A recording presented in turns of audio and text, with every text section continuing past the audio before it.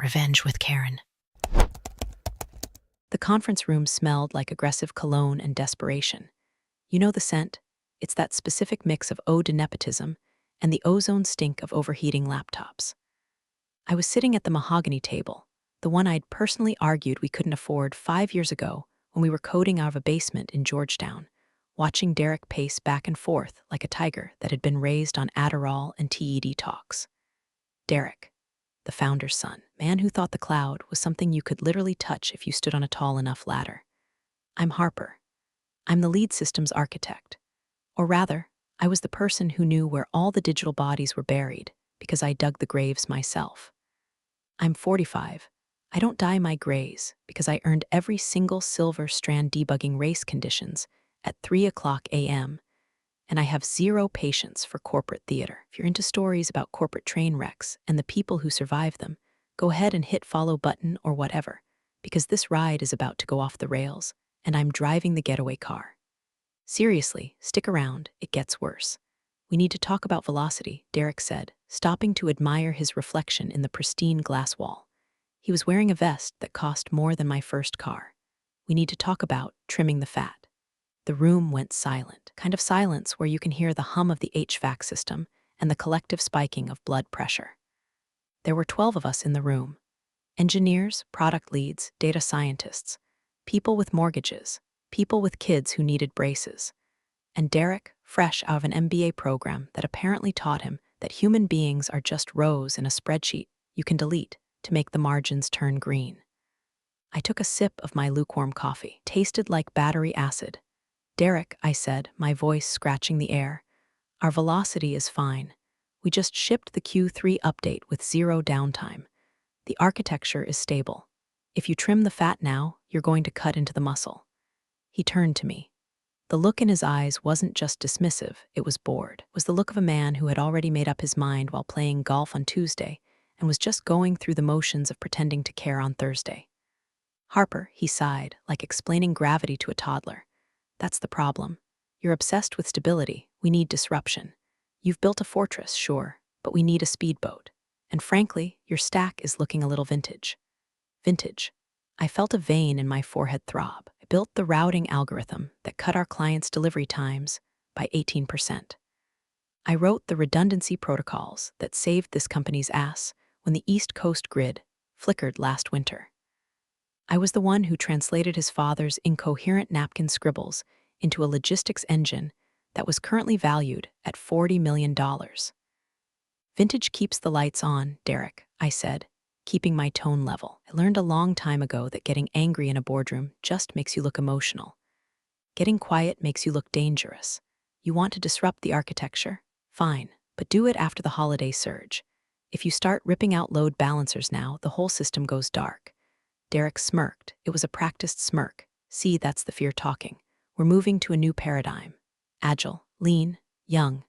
He paused for effect, tapping his fingers on the table, which brings me to the hard part.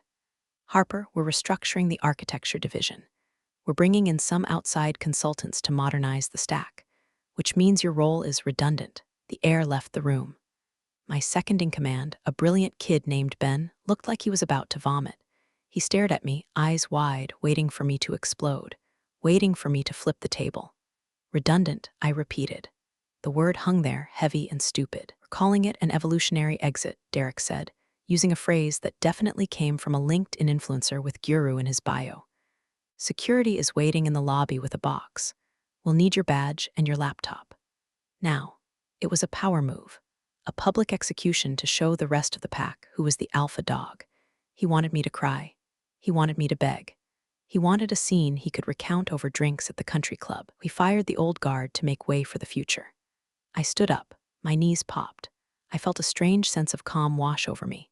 It was the calm of a demolition expert who knows the fuse is already lit, and everyone else is just standing too close to the blast zone. I looked at the whiteboard, covered in my diagrams, my logic, my life's work. You're firing me, I said clearly, mid-meeting, without a transition plan. Effective immediately, Derek said, checking his watch. We need fresh eyes, Harper. You're obsolete. Get out. I reached for my bag. I wasn't going to give him the satisfaction of a fight. If he wanted to burn the house down, I wasn't going to hold the hose. I was just about to hand over my badge, my key to the kingdom I built, when my phone buzzed against the table. It wasn't a text, it was a call, and I never get calls during meetings. My phone was on silent. The vibration rattled the mahogany like a tiny earthquake. I looked down. The screen lit up. The caller ID didn't say spam risk or mom. It said Uber VP Engineering. I stared at it. I knew him, Marcus. We'd met at a conference in Seattle 3 years ago. We'd stayed in touch, trading war stories about scaling databases. He'd been trying to poach me for 18 months, but I'd always said no. I was loyal. I was the architect. This was my building. But now I was redundant. The phone kept buzzing. Derek looked annoyed. Turn that off. You can take your personal calls in the parking lot. I looked at Derek. I looked at the team, the terrified faces of the engineers who knew exactly what was about to happen to their workload. Then I looked back at the phone. A twisted, dark thought bloomed in my mind. It was unprofessional. It was petty. It was absolutely perfect. I didn't decline the call. I didn't silence it. I swiped green. And then, maintaining dead eye contact with the man who just called me obsolete, I pressed speaker. "This is Harper," I said. The voice that filled the silent boardroom was crisp, loud, and unmistakably desperate.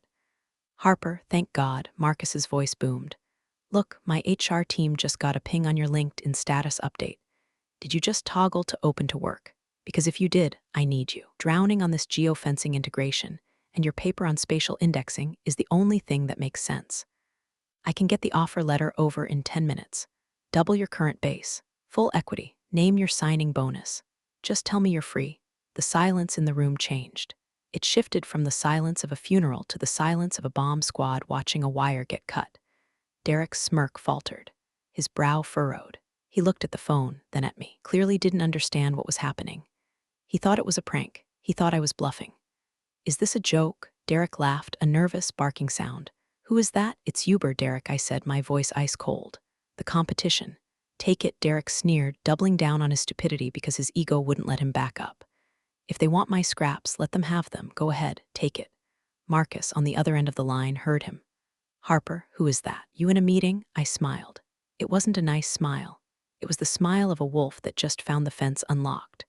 "Marcus," I said, loud enough for the back of the room to hear. "I'm sitting with the COO of my current company. He just informed me that I'm obsolete. He says you can have me." "He said what?" Marcus asked, genuine shock in his voice. "He said take the offer," I replied, never looking away from Derek. "So, Marcus, send the doc." For a solid 10 seconds, only sound in the room was the hum of the overhead projector cooling fan, sounding like a dying lung. "Send the doc," I had said. "Sending now," Marcus replied instantly. "Check your personal email. And Harper, I'm not kidding about the bonus. We need you in Seattle by Monday if you can swing it. I'll expense the relocation. Just don't sign anything with those clowns until you see our numbers." "Understood," I said. "I'm hanging up now, Marcus. See you on the other side." Said, the line clicked dead. I set the phone down on the table. The screen went black, reflecting Derek's face. He looked like someone who had just swallowed a bee, but was trying to pretend it was a breath mint. His brain was trying to process two contradictory pieces of data. One, Harper is a dinosaur who needs to be fired. And two, one of the biggest tech giants in the world just offered to back up a money truck for her in less than 30 seconds. Derek chose option one. Denial is a hell of a drug, especially when your daddy pays for the prescription. "Well," Derek scoffed, adjusting his cuffs. "That was theatrical. Did you set that up? Have your little boyfriend call and pretend to be a VP?" My jaw tightened. "Marcus is the VP of engineering at Uber, Derek. You can Google him. You could check the attendee list of the TechCrunch Disrupt panel you were supposed to speak at last year, but skipped because you were networking in Ibiza." Ben, my second in command, finally spoke up. His voice was trembling. "Derek, that was Marcus LiNa. He wrote the white paper on distributed hash tables. If he's calling Harper, it means nothing." Derek snapped, slamming his hand on the table. The cheap monitor shook. "It means she's good at networking. Doesn't mean she can code for the modern web. We need React Native rock stars, not whatever legacy backend mess she's been hoarding." Ding. My phone lit up again.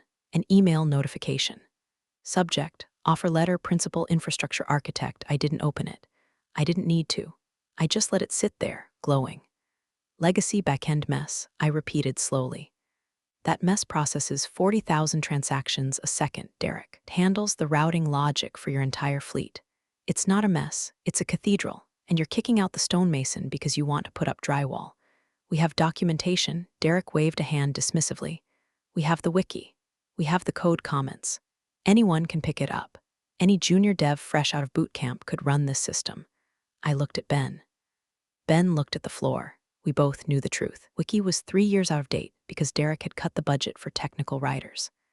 The code comments were cryptic notes I wrote to myself at 4 a.m., mostly referencing inside jokes and heavy metal lyrics that doubled as encryption keys for my logic flow. Is that so? I asked. You think the documentation is sufficient? I know it is, Derek sneered. I've seen the folders. It's all there. Now, hand over the laptop. Security is waiting. One of the engineers, quiet girl named Sarah who handled the API gateways, raised her hand. She looked terrified. Derek, the encryption keys for the erratic load-shedding protocols. Are those in the wiki? Because last time we tried to patch the server without Harper, the whole database locked up for 6 hours. Derek turned on her. We will figure it out, Sarah. That's what I'm paying you for. This is exactly what I mean about a toxic culture of dependency. Harper has made herself a bottleneck on purpose to inflate her value. By removing her, I'm liberating you, liberating them. He was liberating them from the parachute right before kicking them out of the plane. I stood up, sliding my phone into my pocket. I could feel the heat of the battery. It felt like leverage. You're right, Derek, I said, my voice dropped dead calm. I have been a bottleneck. I've been catching every error, every bad commit, every catastrophic failure before it ever reached the client. I've been the dam holding back the flood. But if you want to be liberated, be free. I closed my laptop. It was a battered ThinkPad covered in stickers, Kubernetes, Linux, a faded I voted sticker from 2016. I unplugged the HDMI cable. The projector screen went blue. No blue screen of death, Derek mocked. I expected more drama. The drama comes later, I said, usually around 2:00 a.m. on a Saturday. I unclipped my badge from my belt loop. It was an old badge, the photo taken 10 years ago when I still had hope in my eyes and less caffeine in my bloodstream. I slid it across the mahogany table. It spun, coming to a rest right in front of Derek. There, I said, I'm gone. You've got your wish. The fat is trimmed. Don't let the door hit you, Derek muttered, already looking at his phone, probably checking his crypto portfolio. I walked toward the glass doors. My heels clicked on the polished concrete floor, a sound that used to mean the boss is coming, but now meant the adult is leaving. Wait, Ben called out. He stood up, panic in his eyes. Harper, the master credentials for the AWS root account. The multi-factor authentication token. It's on your phone. I stopped at the door. I turned back. The whole room froze. Derek looked up. What? Root access? Ben stammered. It's tied to Harper's device. If she leaves, we can't push hotfixes. Derek rolled his eyes, so transfer it, right now. I looked at Ben. I looked at Derek. And then I remembered the contract clause Derek had made us all sign 3 years ago, a clause intended to stop employees from stealing IP, but written so aggressively it cut both ways. I can't, I said. What do you mean you can't? Derek demanded. Do it. Just fired me, Derek, I said, a small, cold smile touching my lips. My employment is terminated.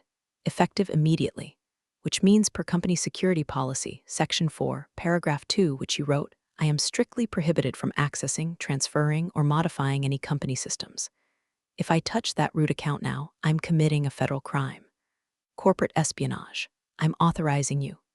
Derek shouted. Can't authorize a non-employee to access root, Derek, I said. That voids your SOC 2 compliance certification. You'd lose your insurance. You'd lose the bank contracts. Then we'll figure it out. He yelled, his face turning a blotchy red. Just get out, we'll reset it. Good luck with that, I said. Support takes 48 hours to verify identity for a root reset. Hope nothing breaks before Tuesday. I pushed the door open. The air in the hallway felt cooler, cleaner. Goodbye, Derek, I said. Try not to touch the thermostat. Walking out of a building you helped design is a surreal experience. I passed the server room on the second floor, my baby. I could hear the faint hum of the cooling fans through the fire-rated door. It was a rhythmic, industrial purr that I had tuned perfectly over a decade. I knew which rack vibrated if the AC kicked on too hard. I knew which hard drive slot on cluster B was finicky and needed to be jiggled. It wasn't just hardware, it was an organism, and I had just been surgically removed from its immune system. People looked at me as I walked down the hall. They knew. News travels faster in a tech company than a packet over fiber optics. The Slack channels were probably melting down right now. Did you hear? Derek finally did it. Harper's out. We're doomed. I saw heads duck down behind monitors. I saw pity. I saw fear. I didn't stop to say goodbye. Goodbyes are for people who intend to stay friends. I intended to be a cautionary tale. I pushed through the main lobby doors, and the humid Washington air hit me like a wet towel. It was raining. Of course it was raining. The sky was the color of a bruised plum. My truck, beat-up Ford F-150 that I drove specifically because it annoyed Derek's Tesla sensibilities, was parked in the back. I threw my bag into the passenger seat. My hands were shaking, not from fear, but from the adrenaline dump. I had just nuked my career of 10 years in under 20 minutes. I sat in the driver's seat, listening to the rain hammer on the roof. I pulled out my phone. The email from Marcus was still open. I scrolled down to the compensation package. Base salary, $320,000. Signing bonus, $50,000. RSU, 15,000 units, vesting monthly. Title, Chief Infrastructure Strategist. I let out a breath I didn't know I was holding. It was more money than I had ever seen on a single page. It was screw you money. It was I can buy a cabin in the woods and code from a hammock money. But it wasn't about the money. It was about the validation. Derek had called me obsolete. Marcus called me a strategist. A knock on my window made me jump. I looked up. It was Richard, the founder, Derek's father. He looked older than I remembered. His hair was wispy white, and he was wearing a cardigan that had seen better days. He held a golf umbrella, struggling slightly against the wind. Richard was a good engineer in the 90s, but he was a terrible businessman. He had handed the reins to Derek because he was tired, not because Derek was ready. I rolled down the window. Richard, Harper, he squinted at me through the rain. Leaving early, I saw the truck running. Is everything all right? He didn't know. Derek hadn't told him. Of course he hadn't. Derek operated in the shadows until he could present a sanitized version of the truth to his dad. I'm not leaving early, Richard, I said, my voice surprisingly steady.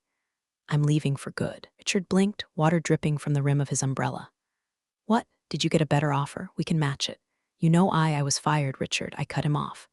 Derek just terminated me, said I was obsolete, said my architecture was vintage. Richard's face went pale. He did what? We have the board meeting next week. The Q4 roadmap, who is going to present the scaling strategy? Derek is, I said. He's got some consultants coming in. Apparently, I'm the fat that needed trimming. Richard gripped the door handle. No, that's a mistake. I'll talk to him. Just come back inside. We'll fix this. I'm the chairman, for Christ's sake.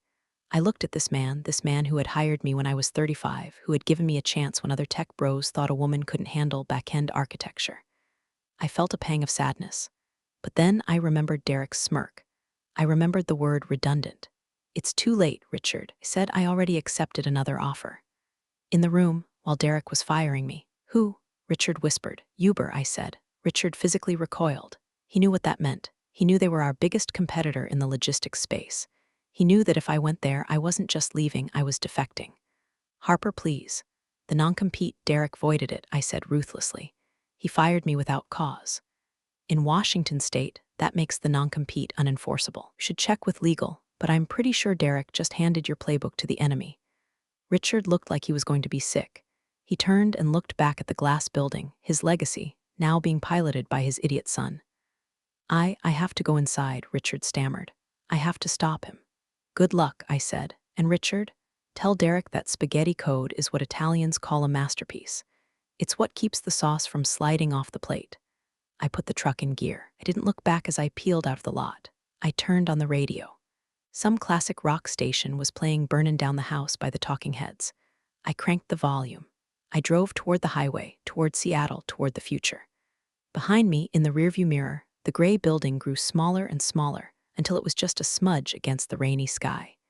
Inside that smudge, I knew the chaos was just beginning. Derek had pulled the pin. Now he had to hold the grenade. The first week at Uber was like stepping out of a submarine and into a luxury resort. My new office had a view of the Sound. The coffee was single origin and actually hot. My team, an elite squad of 12 developers who looked at my code like it was scripture, listened when I spoke. There was no mansplaining. There was no justification. I drew a diagram and they built it. It was intoxicating. I'd be lying if I said I didn't keep a tab open on my second monitor. Down Detector Com Mobility Tech, my old company, for the first 3 days, nothing happened. That's the thing about good architecture, it has inertia.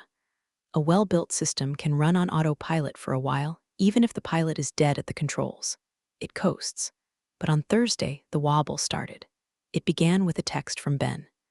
We weren't supposed to talk, corporate espionage and all that. Ben was using a burner signal account. Ben, the load balancers are acting weird. Latency is up 400 ms. Derek told us to just reboot the clusters. Me, don't reboot. The cache needs to warm up. If you reboot during peak hours, you'll cause a thundering herd problem.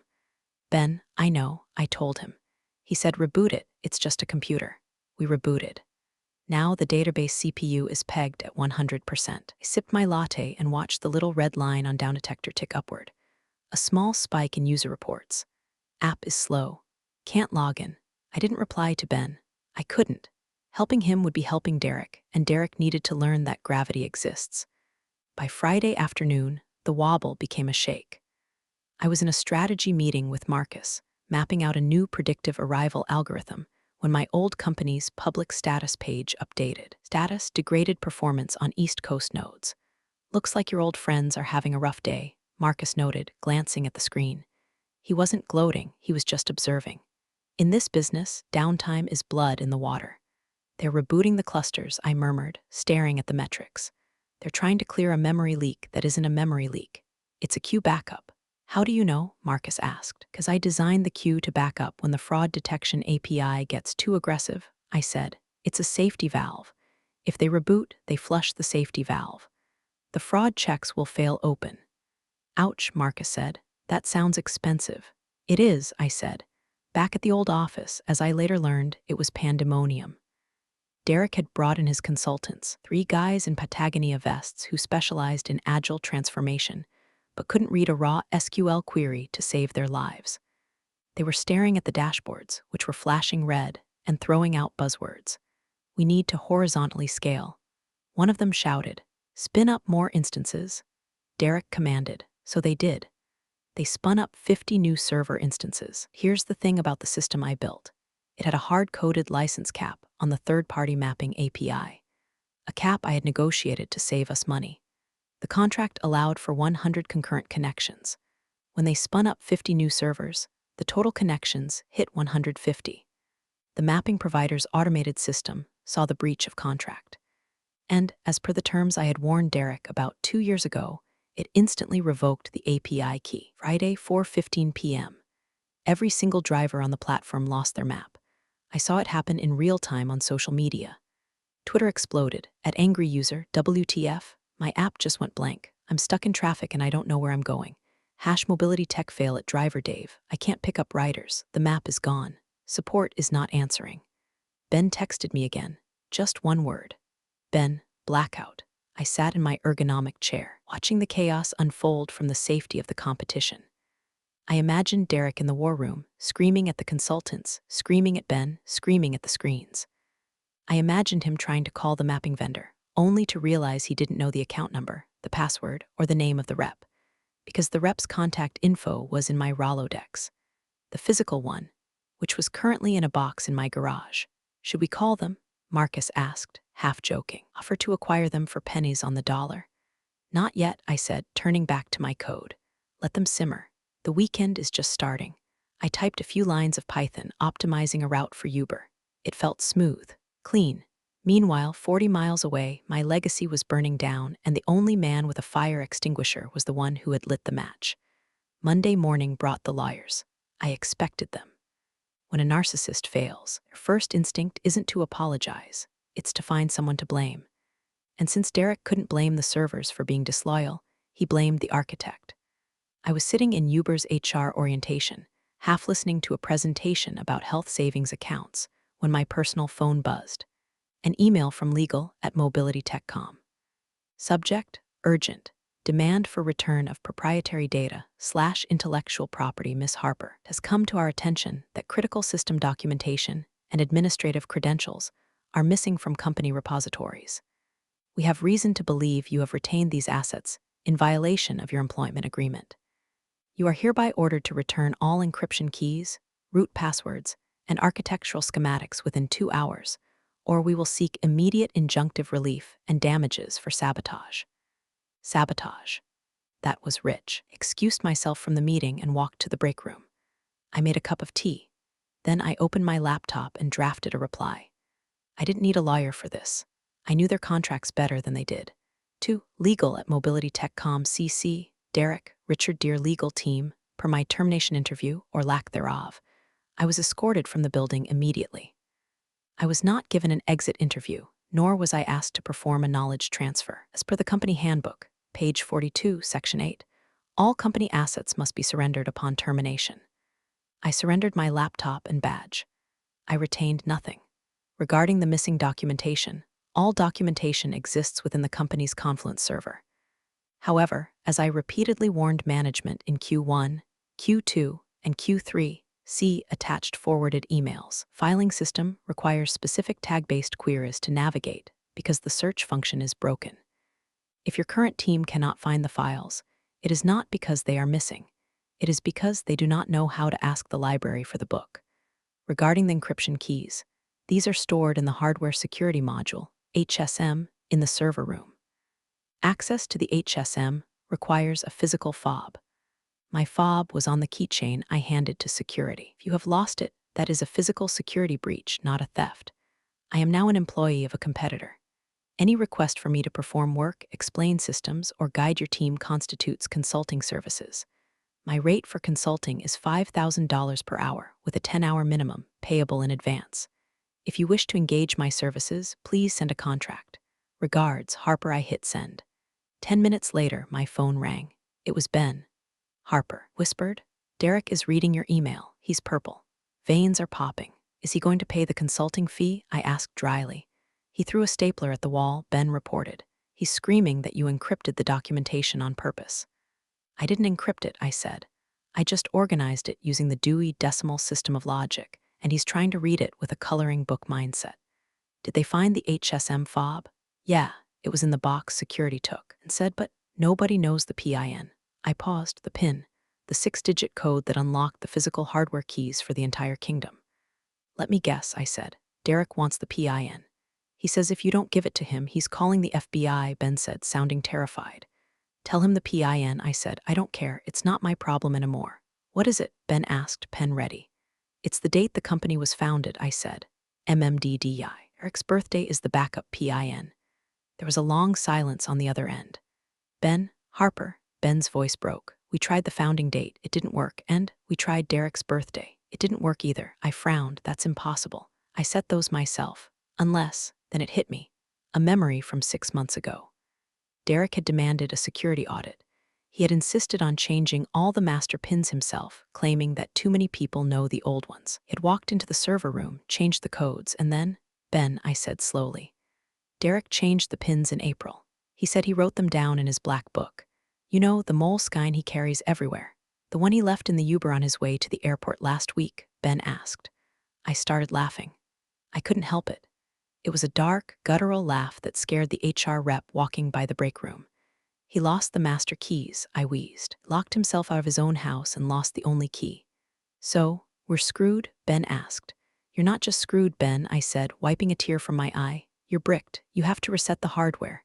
That wipes the data. All of it." "Oh God," Ben whispered. "I have to go, Ben," I said. "I have a meeting about building the future. Good luck with the history erasure." I hung up.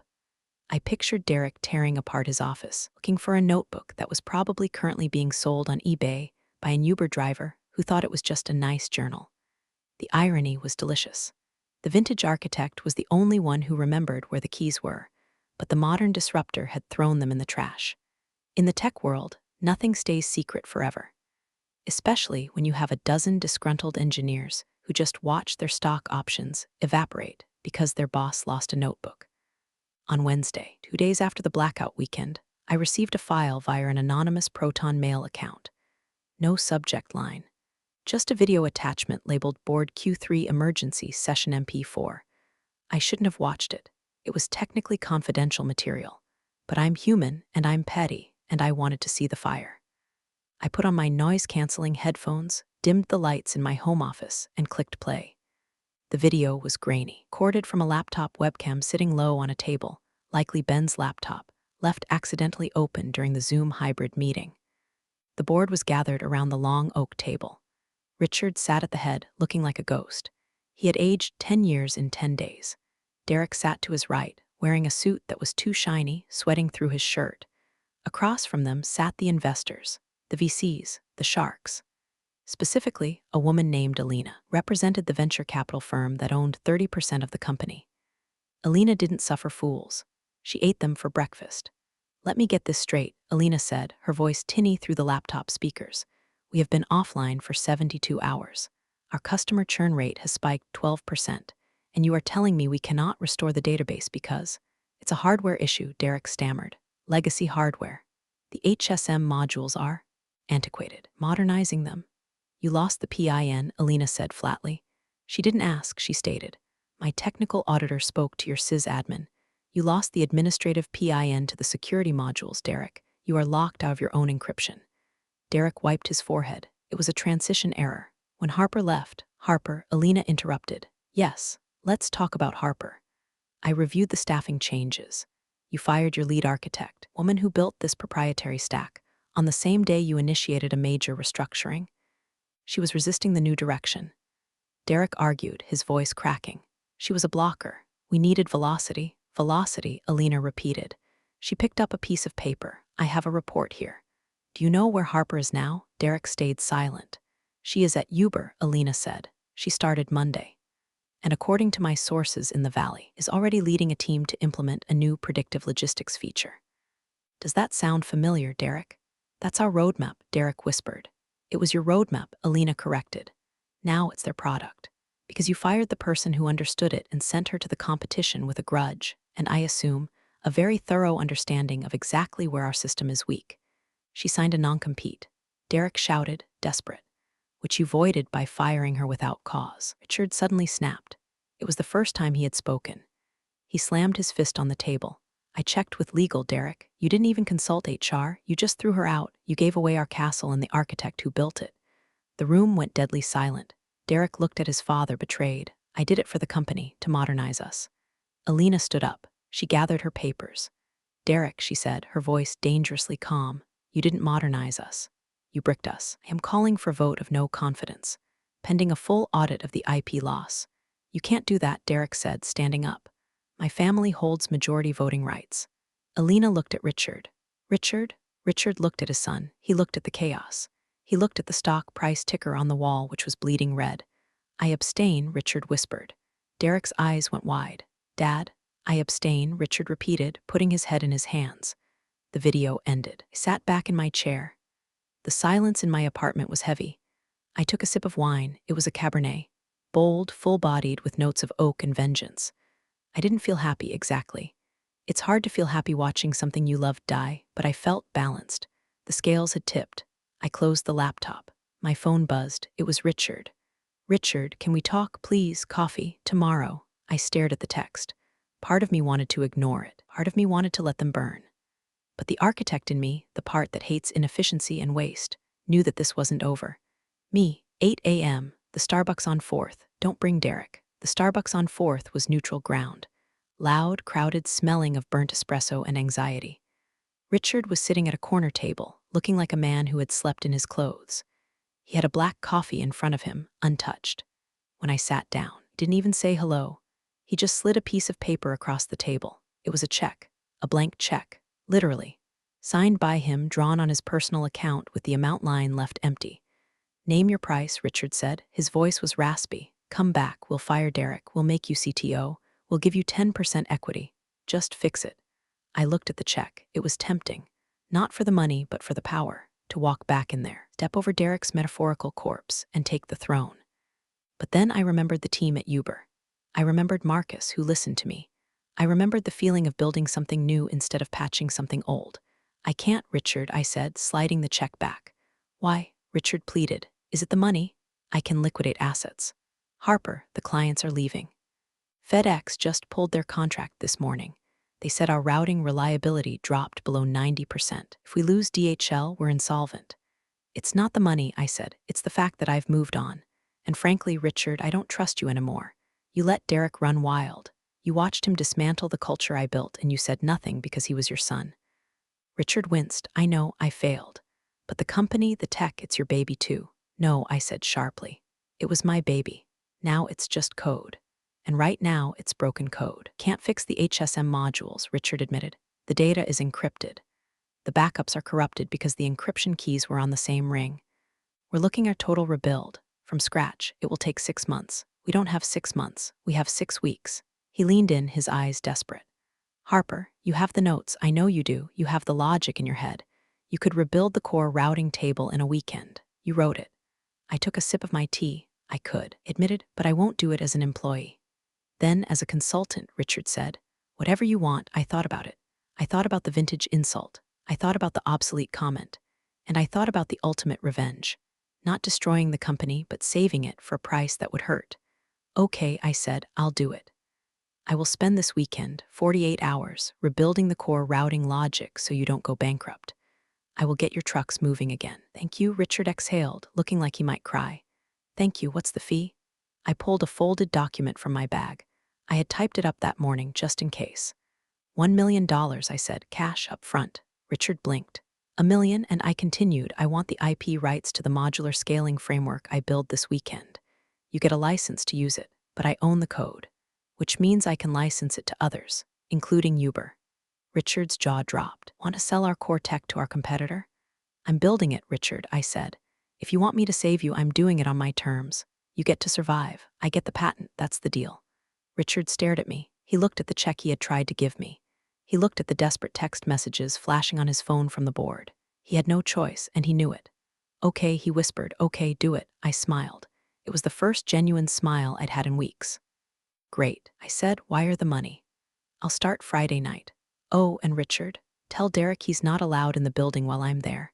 I don't want his modern energy messing up my vintage workflow. The office was empty on Friday night. Security had been instructed to let me in and, more importantly, to keep everyone else out. It was just me, the hum of the servers, and $1 million sitting in my bank account. It was eerie. The place still smelled the same. Stale coffee and carpet glue, but the energy was dead. Cubicles were empty. Derek's office was dark, his director of operations plaque sitting crooked on the door. I sat at my old desk. They hadn't even cleared it off yet. My ergonomic mouse was still there. A post-it note with a doodle of a cat was still on the monitor. I cracked my knuckles, plugged in my laptop, and jacked into the mainframe. Hello, old friend, I whispered. The system was a mess. Eric's consultants had tried to patch the API failures with spaghetti code that looped back on itself. It was like looking at a wound that had been stitched up with dirty shoelaces. I didn't try to fix their mess. I deleted it. rmrf/consultant bullshit/ I started fresh. I pulled the logic from my brain, the spatial indexing, the load shedding, the vintage architecture that worked because it was built on math, not hype. For 48 hours, I lived in the code. I drank Red Bull. I listened to Metallica. I rebuilt the routing engine from the ground up, streamlining it, making it leaner, faster. It was better than the old version. It was a masterpiece. By Sunday morning, the sun was coming up over the Potomac. My eyes were burning, but the dashboard was all green. System status, operational. Latency, 12 ms.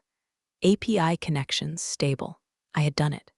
I had saved them, but I wasn't done. Opened the core library, the black box that handled the most complex calculations, and I added a comment, a signature, / architecture by Harper, property of Harper Holdings, LLC, / license to Mobility Tech, license revocable upon 30 days notice, / if you are reading this, Derek, you're welcome. I committed the code. I pushed to production. As the servers spun up, accepting the new logic, my phone buzzed. It was a notification from Uber. Press release. Uber Freight announces Quantum Route, a new predictive logistics engine. I smiled. The project I had started at Uber on Monday was launching today. The code I had written there was different. It was cloud-native, AI-driven, truly modern. The code I just wrote for Richard, it was solid. It was stable. But it was the past. I had just sold them a very expensive, very reliable spare tire. I was already building a jet engine for the competition. I packed up my bag. I took my old ergonomic mouse. I paid for it, after all. I walked out of the building. I didn't feel nostalgic this time. I felt like a contractor who had just finished a renovation on a house she used to own. It was a nice house, but I didn't live there anymore. I texted Richard, it's done. System is live. DHL won't leave. Money is in the bank. Goodbye, Richard. Got in my truck. The rain had stopped. The sun was shining. I was exhausted. I smelled like stale energy drinks. But I had never felt cleaner. 3 months later, the tech world moves fast. In 90 days, Mobility Tech, my old company, had stabilized. They didn't go bankrupt. They kept their clients. But they were no longer the innovators. They were the legacy option. The safe, boring choice for companies that liked old-school servers and didn't mind slower updates. Eric was gone, pursuing other opportunities, the press release said. I heard through the grapevine he was trying to launch a crypto-based dating app. I give it 6 months before he loses the passwords to the users' wallets. Richard remained as chairman, but the board had installed a new CEO, a boring, number-crunching woman from Oracle who locked down the budget and banned disruption. She calls me once a month to authorize the licensing check for my code. Always answer on the second ring. I like hearing the sound of my passive income. At Uber, I was no longer the new hire. I was the chief infrastructure strategist. My team had just shipped the quantum route feature. It was crushing the market. We were faster, smarter, and cheaper than mobility tech could ever hope to be. I was sitting in a glass-walled conference room in Seattle, a real one, not a rented facade. We were celebrating the Q4 numbers, champagne and paper cups. My phone buzzed, an email. From Richard subject, checking in Harper, we're seeing some degradation in the routing speed again. The new CEO wants to know if you'd be open to a retainer arrangement to optimize the code you wrote in October. We can offer. I didn't finish reading it. I looked at the young engineers around me. Bright kids, hungry, respectful. They didn't call me vintage. They called me boss. I looked at Marcus, was raising a toast. To the architect, he said, nodding at me. To the build, I replied. I looked back at my phone. I hit forward. To Uber Legal CC, my assistant message, please reply to this. Tell them my consulting rate has doubled, and send them a cease and desist if they try to modify the core library without a license extension. I put the phone down, face down. I wasn't angry anymore. I wasn't seeking revenge. I had moved past revenge, had achieved something far more dangerous. I had achieved leverage. I had built their foundation. I had watched them burn it, and then I had forced them to buy the ashes back from me at a premium. I took a sip of champagne. It tasted like victory. The AC vents hummed above me, a perfect, efficient, silent flow of cool air. I closed my eyes and listened to the system running. It was working perfectly. And this time, I had the keys. And that's the story. Take care of yourselves out there. The world's unpredictable enough.